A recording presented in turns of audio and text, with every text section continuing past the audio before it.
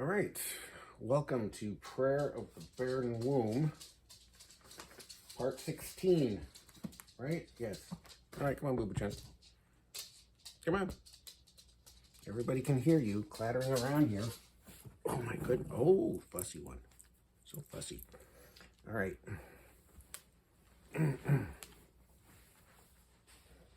All right, here we are. Prayer of the Barren Womb, part 16 of the Four Rivers of Eden. Now, in our last video, I told you guys that I would be moving on to resonance next, but actually I'm not. I'm going to be moving on to another interpretive tool that God gives to us to understand his scriptures, and that is reversal. I'm going to go there first because we begin to see the pattern of reversal taking place here. And it's subtle, but it's suggestive. In Genesis chapter 6, it's only suggestive. It's not yet something that we can go, aha, I can see that pattern is developing again and again. We're still only in Genesis 6. We're still in Adam's world. So this pattern, I believe, emerges from Genesis 2 verse 4. And I'm going to go back and read that for you because I believe this to be a part of the template that God uses for everything downstream. And this has to do with birth order. Okay, Genesis 2 verse 4. This is the history of the heavens and the earth when they were created in the day that Yod-Heh-Vav-Heh. This is the first verse where we have the name change between Elohim and Yod-Heh-Vav-Heh Elohim. And I've already talked to you guys about where I think Genesis 2 verse 1 should be. It should actually be right here, Genesis 2 verse 4. This is the history of the heavens and the earth when they were created in the day that Yahovah Elohim made the earth and the heavens. There's always been something about this role reversal that for years has kind of been, what is that? It's kind of been a wink, or I thought maybe God was being playful, but it's much more than that. The reversal of birth order between the heavens and the earth and the heavens, is a prophetic template for what will happen downstream. In the pristine section of the Bible, the pristine being Genesis 1 creation narrative and Genesis 2 creation narrative. In these two pristine chapters of the Bible, the divine, the creator, elects to reveal himself to us or to introduce himself to us first in Genesis 1 as Elohim, and then in Genesis 2 as Yahovah Elohim. So in the pristine chapters 1 and 2, we have Elohim, and then we have Yahovah. Then we have in Genesis 2 verse 4, the reversal of that. We have the heavens, firstborn, earth, secondborn. Then we have in Genesis 2 verse 4, a reversal of earth and heavens. I believe this to be a predictive scripture, one of the first prophecies of the Bible that is going to define for us what is going to happen at the fall. There's going to be reversal. What that means in general is if humanity was given this beautiful realm and the keys to the kingdom, and God said, here you are, son, enjoy. Just, stay away, show respect for this one tree. Everything else is yours. So the creation that God, of the material realm that God made, is for Adam. He gave the keys of the kingdom to Adam and said, go crazy, enjoy yourself. This is this whole gift. I want you to be blessed, to be fruitful, to multiply, to fill the earth. But if through disobedience a man lost the keys to the kingdom, what would the reverse of that be? If a man lost the keys of the kingdom through disobedience, the reverse of that would be a man obtaining or reacquiring the keys to the kingdom through obedience. So that would be, how was the kingdom lost? Disobedience, disobedience of a human. How would the keys of the kingdom be restored to humanity? The obedience of a man. So we have a reversal taking place again, and this is brought all the way forward for us in Romans chapter 5, verse 18.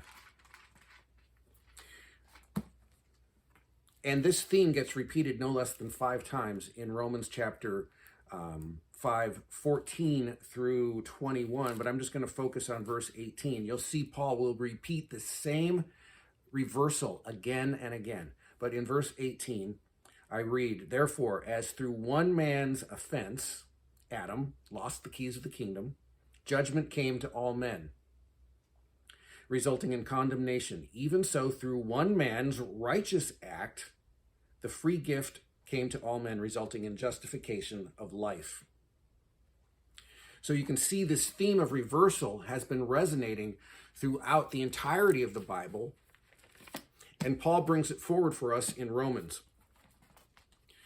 So reversal is a theme that we have to understand, and it's one of the interpretive tools that we apply to obtaining understanding of the scripture. All right. And we begin to see the pattern emerge here in Genesis chapter 6.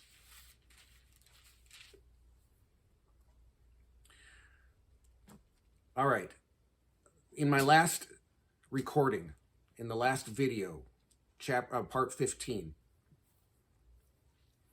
I talked about how the two names of God, Elohim and Yod-Heh-Vav-Heh Elohim, can be applied now. Our understanding of what those two names mean can be applied now to Genesis chapter 6. We can overlay Genesis 1 Elohim understanding to the times we read in Genesis 6 about Elohim, and Genesis 2 Yod-Heh-Vav-Heh Elohim. We can overlay meanings and understandings of the characteristics of God from that perspective onto Genesis 6 as well.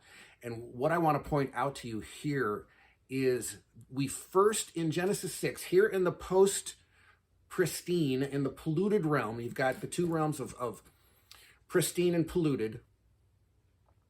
You've got Genesis 2, verse 4, indicating that we will see reversal between the pristine and the polluted. Pristine, polluted, reversal, polluted, pristine.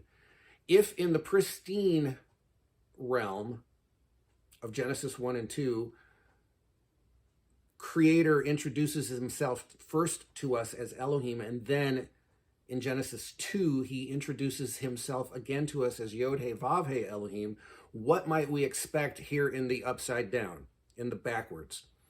Well, we might expect to get an evaluation first, Genesis 1, Genesis 2, Elohim, Yod-Heh-Vav-Heh Elohim. In the upside down, we might expect to see a Yahovah evaluation of humanity and then an Elohim evaluation. So we might begin to expect to see reversal taking place here in Genesis 6, if Genesis 2, verse 4 is in fact a prophetic template for what's going to happen downstream. I hope that makes sense. Okay, let's take a look. In Genesis 6, verses 1 through 4, we find something very upsetting to God is taking place. We're finding mixture between two realms. The sons of God are mixing themselves with the daughters of men.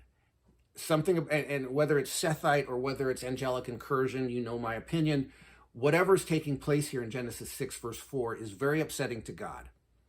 And so my prediction is that if Genesis 2, verse 4 introduces reversal to us, our first evaluation of the condition of man in Genesis 6 is going to come to us not from Elohim, but from Yahovah Elohim.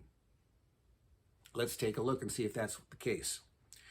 Now it came to pass, when men began to multiply on the face of the earth and daughters were born to them, that the sons of God saw that the daughters of men, that they were beautiful, that they took wives for themselves of all whom they chose. And here we have the first evaluation of Gen 6 monkey business, we find Yod He Vav He. And Yahovah said, my spirit shall not strive with man forever, for indeed he is flesh, yet his days shall be 120 years. There were giants on the earth in those days, and also afterward, when the sons of God came in to the daughters of men, and bore children to them. Those were mighty men who were of old, men of renown. Now, you might want to suggest that the first mention in Genesis 6 is Elohim, not Yod He Vav He Elohim. But the first direct quotations, the first direct words are from Yahovah. That attribute of mercy and tenderness of God is the first evaluation. The first evaluation comes from Yod He Vav He, not Elohim. And here we find my spirit shall not, we find Yahovah saying, my spirit shall not always strive with man. So, in the upside down, the first evaluation comes from Yod He Vav He and not Elohim. And we move forward to Genesis 6, verse 5. Then the Lord saw that wickedness of man was great in the earth, and that every intent of his thoughts and of his heart were only evil continually. And Yahovah was sorry that he had made man on the earth, and he was grieved to his heart. So Yahovah said, I will destroy man whom I have created from the face of the earth, both man and beast, creeping thing and the birds of the air, for I am sorry that I have made them. But Noah found grace in the eyes of Yahovah. So here in the upside down, first evaluation does not come from Elohim. First evaluation comes from Yahovah. Then, following Yahovah's evaluation of the Gen 6 monkey business, we then find a name change, and it's the name change to Elohim. The earth was corrupt before Elohim, and the earth was filled with violence. So Elohim looked upon the earth, and indeed it was corrupt, for all flesh had corrupted the way on the earth. And Elohim said to Noah, the end of all flesh has come before me. The earth is filled with violence through them, and behold, I will destroy them with the earth. So I've already touched on this, but I wanted to make it clear that we're beginning to see reversal taking place. And this is an important thing to keep in the back of our minds as we move forward. Is this just a hiccup? Is this just a coincidence? Or do we continue to see reversal after reversal after reversal? All right. So keep that in mind. I want us to use reversal as an interpretive tool to understand what the scriptures are telling us. And I also touched on resonance, that when we see parallel stories happening in the Bible, where story 1 has elements A, B, C, D, and E, and then you find another story that has the resonances of A, B, C, D, and E, then you're intended, what the author with a capital A is intending us to understand is that these two stories are to be understood in light of each other. The fancy word for this is intertextuality. I call it resonance. You can call it parallels, whatever. But we're intended to understand that these two stories are playing off one another so that we can derive deeper meaning of both stories, each from the other. There will be nuance in story A that contributes to understanding of story B and vice versa. Okay, so let's move forward in our storyline. Again, we're coming to the end of Adam's world. God has decreed destruction. Yahovah and Elohim are Echad in the declaration of destruction. The Creator has decided to destroy. And he's going to select one man through whom he will preserve man and animal life. This is the second river of life. This is Noah. All right. Let's fast forward to Genesis chapter 8. We'll come back and revisit Genesis chapter 7, but I want to establish a resonance first. In Genesis chapter 8, we find at verse 1, and then God remembered Noah and every living thing and all the animals that were with him in the ark. Genesis chapter 8 opens with man and animals floating upon the surface of a water world. Does that resonate with an earlier story? Is there an earlier time when we encounter a water world? And yes, there is. I believe, and as we'll find out, this is the first resonance to Genesis chapter 1. That in the beginning God created the heavens and the earth. The earth was formless and void, and darkness was over the face of the deep. So we have a water world in Genesis 1. We have a water world in Genesis chapter 8. It's too early to determine whether God is setting up parallel stories, but, water worlds are pretty unique, and we should be curious about what follows. Genesis 8, verse 1b, second part of verse 1. And God made to pass over the earth a wind. God made wind to pass over the earth, and the waters subsided. Is that resonant with Genesis chapter 1? All right. The earth was formless and void, and darkness was upon the face of the deep, and the Spirit of God was moving over the face of the waters. The Spirit. Our English word spirit is the Hebrew word ruach, and ruach is the Hebrew word for wind. So we have another resonance here. We have Genesis 8. We have ruach moving over the surface of the waters in Genesis 8. We have ruach moving over the surface of the waters in Genesis 1. So yeah, this is very unique, and it shouldn't take long for us to establish, no, this just isn't coincidence. There's actually a pattern, and we're intended to understand something from this. What's the third thing that happens in Genesis chapter 8? And the waters receded continually from the earth, and the ark rested in the 7th month on the mountains of Ararat. So the third event that happens in Genesis chapter 8 is waters receding, dry land appearing. Is that resonant with an earlier story? Yes. And God said, let there be a firmament in the midst of the waters, and let it divide the waters from the waters. Okay, this is actually Genesis, this is day 2, so we need to move on to day 3. Then God said, let the waters under heaven be gathered together into one place, and let dry land appear, and it was so. God called the dry land earth, and the gathering together of the waters he called the seas. Okay, so we have day 1 resonance, we have day 2 resonance, we have day 3 resonance going on. And then we seem to come to a hiccup. So it came to pass at the end of 40 days that Noah opened the windows of the ark which he had made, and he sent out a raven which kept going to and fro upon the waters and dried up the earth. Okay, so the next thing we should encounter should be day 4 resonance from Genesis chapter 1, which on day 4, sun, moon, and stars were given for calendars and appointments. Seems like we missed day 4. So I'm not sure what to say about this, but day 4 is missing there, buddy. Maybe you're off. Okay, just a brief comment about day 4. It seems that the sun, moon, and stars inhabit the realm of the heavens, and the crosshairs of judgment were upon the earth.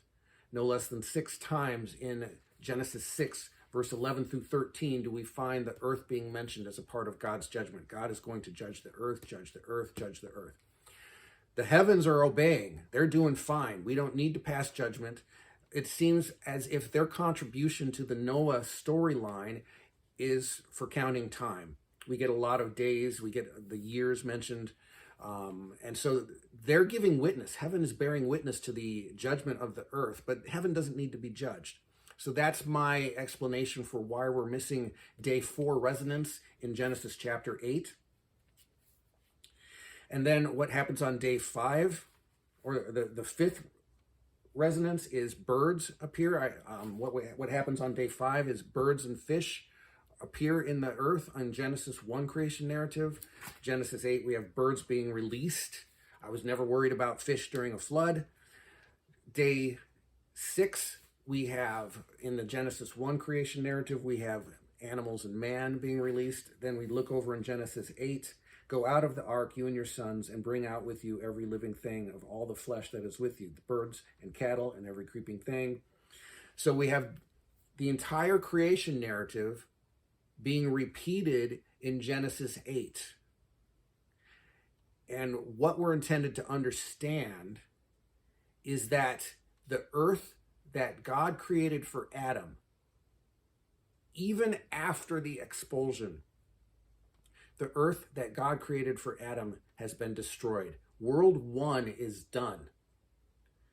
A destruction event, a judgment event is now separating World 1 from World 2. And what I want to point out here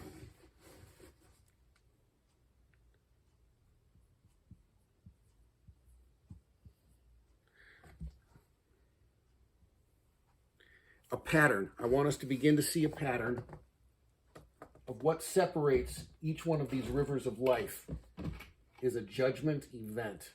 A worldwide judgment is going to separate Adam's world from Noah's world. What we need to be watchful for is, will there be another judgment event that separates Noah's world from the next world? Will there be another judgment event that separates this world from this world? That's the pattern that we're looking for to establish. Will there be a Yibam pattern in each one of these? So I just want to establish for you some things to be watchful for as we move forward through this narrative, through this teaching. If we see pattern after pattern, we can begin to have greater degrees of confidence that we are actually looking at something here, that this is what the scriptures intend us to understand about these patterns. And so I think I'm going to cut off here and revisit the resonance between Genesis 8 and Genesis 1. What about resonance between Genesis 8 and Genesis 2? Okay, we'll come back and look for those. Thanks for your time, and hope to see you back on the next video. Thanks. Oh, I may as well show this to you guys. All right.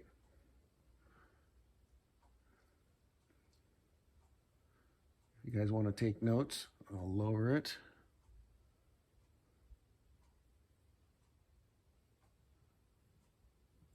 All right. See you soon.